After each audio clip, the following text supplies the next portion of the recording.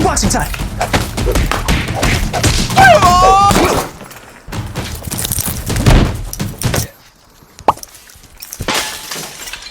This is the Extreme Bull Commander Mini.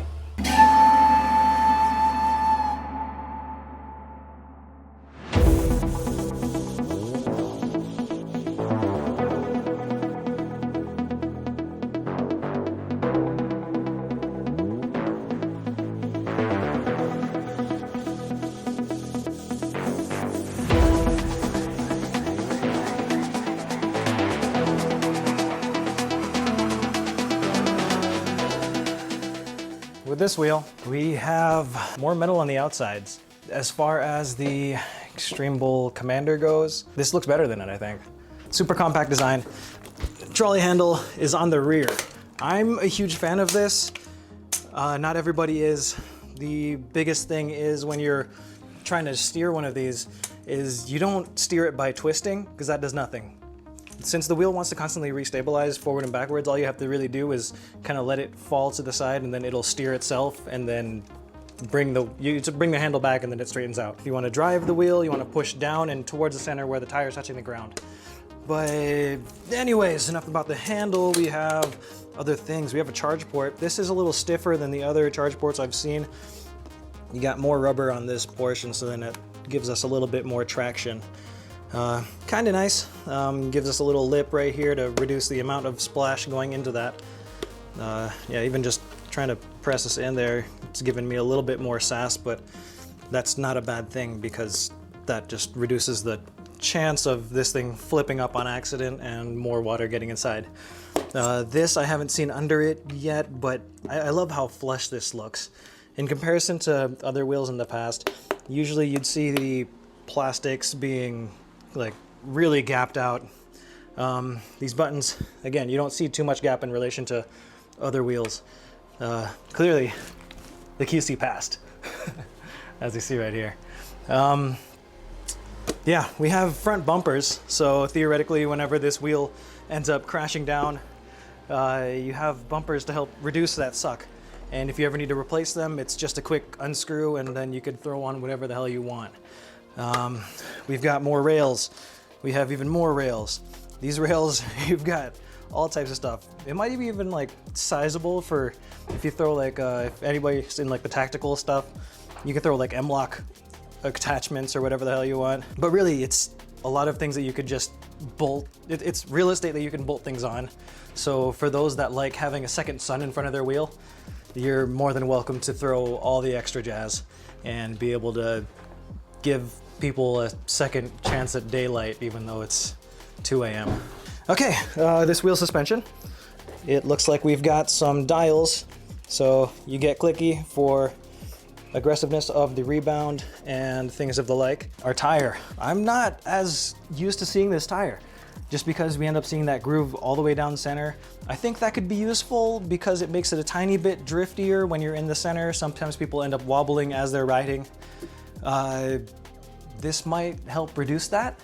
Some people like riding the knobby tires just because it hides a lot of their flaws in riding. So theoretically this might help, but at the same time you have street-esque edges on the outer sides, so that'll help it handle better. I don't know, we'll see. We'll test it out and then we'll see if it does the job. Over here you have a little metal flippy flappy.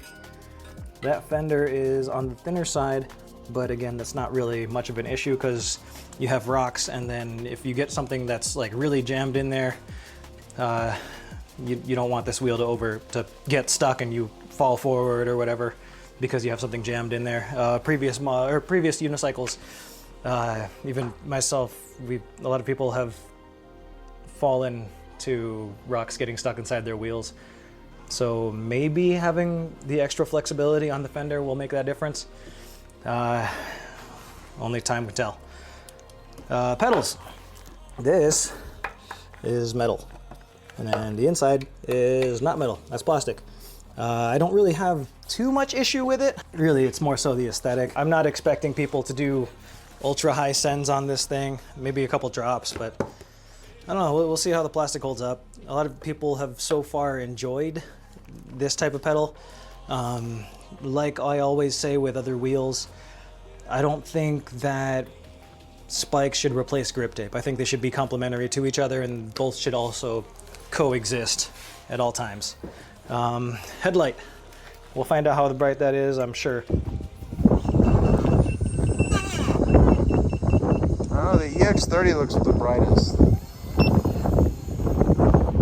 Those that aren't familiar, it's a 16x3 tire. It's gonna be more nimble than an 18-inch because you have that smaller wheel diameter, and you're gonna have that little bit more acceleration because you don't have to move as much object. Yeah, I mean, this thing's like almost 100 pounds, but from what I'm hearing and what I'm seeing in these videos, at least building up to this point in time, this thing's pretty nimble. Let's turn it on. That's loud. Hold the trolley, or hold the hold switch, please. Okay, lift switch was depressed and power button pressed 5 times. Wheels off, wheels on. We have a unicycle self-balancing. That's a good thing. But yeah, all we have to thank is the past QC. It's flat, chunky, tall, things that I hate of modern unicycles. But let's see what it's like if I turn that off. Is that off? Let's get that off. Okay. What is that? Okay, I'm like looking down right here. So this top panel is translucent. So we're getting like a bunch of different colors on this light. I don't know what that's telling us, but we'll see. Yeah, trolley handle. I'm 5'10". This height is pretty decent. You could look casual, and then you could kind of pose and look like you know what you're doing when you're still a fucking nerd on a unicycle and you're wearing all types of motorcycle gear to justify that you're safe, but you kind of still look like a dork. All right, guys, we've got the Commander Mini. We've got Velcro on the insides of these pads pre-installed, so you don't have to do any unnecessary amounts of adhesive removal. You know those times when you're kind of just grabbing your new wheel and you find your stock pads and you have to pick away at it and you find yourself peeling the whole thing because it's fake 3M and it's not even real adhesive or real first party adhesive, and then you have to pull it off and then pull it back and then use a sharp object to peel it away. And so all we have to do in this case is grab our pieces of soft side Velcro. I'm pretty glad it's like short bristled or short looped.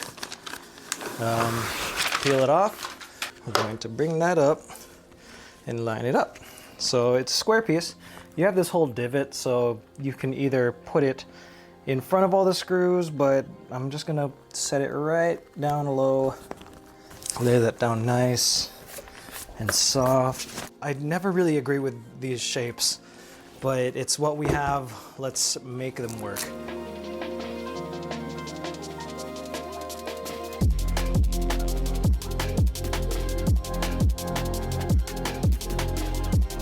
We're just lining this brake pad up, or that's what they want this to be considered as. It's got this big wedge in the back, so that's gonna help a little bit of like lower speed drops. It'll give you a little bit of protection and maybe give you something a little bit more stable to stand on when you're throwing it onto its back. We'll see how that actually goes in practice. I'm setting my foot where I'm happy. That's gonna be theoretically there. We'll see how long that lasts. This is telling us to put it in this orientation, but I don't know if I like that. No. Buy your own pads. What happens is, so you'll see this like block, how it's like just flat. A lot of pad companies think this is a good idea, but then they end up losing the pads because you push it forward, it peels. If you have a wedge, then you can push as much as you want in. It inherently ends up pushing the pad in and forward, so then you can crank the wheel whilst also reinforcing the pad adhesion, and you don't end up dealing with that. That could be a bad day, depending on who you are and if you're pushing your wheel. I'm just gonna throw this here like kind of right above. I'm gonna give myself like a single finger space of gap to be able to escape. This isn't how I normally set my pads up for any wheel, but this is what I'm gonna do for now because I'm wearing just thinner soled shoes. not overpowering it at all, which is, oh, that rear one, I kind of made it stress a little, but I'm like worried the pads are gonna tear off. But yeah, pads, make them wedges. Wedges are good.